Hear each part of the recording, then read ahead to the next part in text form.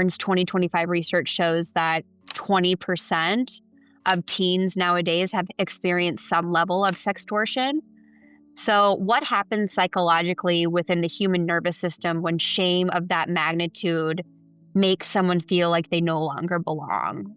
Whether that's a soldier or being a teenage boy. Can you help break that down for us? Yeah, well, as within the human condition, our very existence is predicated on belonging. When you remove belonging, you remove everything. This isolation is an absolute killer. Yes, people can adapt to some degree, but by and large, the majority of us are wired to belong and to connect. So when these things happen, whether it's being in the military and leaving the military, or whether it is being in an environment where you're ostracized or manipulated or coerced into something that threatens your very existence amongst your peers and amongst others, it is destructive, completely destructive. And I think what it does psychologically is it first puts you in a state of threat, and then perpetual threat. And what it does then is it breaks down the need for isolation, and almost in the ways that sometimes animals disappear to go and die.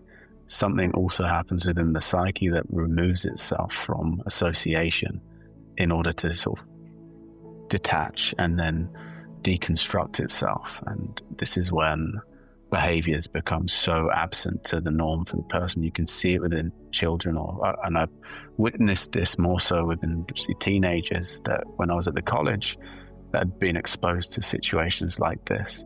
And that was a huge thing you notice, is this change in demeanor, and over a very short amount of time, this withdrawal from community and others. And then ultimately, the worst, obviously, that nobody wants to happen, and that is when they end up with nothing and this level of hopelessness. This is that can then lead to suicide, and it's a terrifying place to be. And I think whether it is from that level of sexploitation, where they're being used and manipulated into an environment in which they're exposing vulnerable parts of themselves, both physically and mentally, emotionally, it really is, for a younger generation now, where so much of their life is online and it is in an environment in which they connect and they communicate, and it's very hard to not be in an environment like that.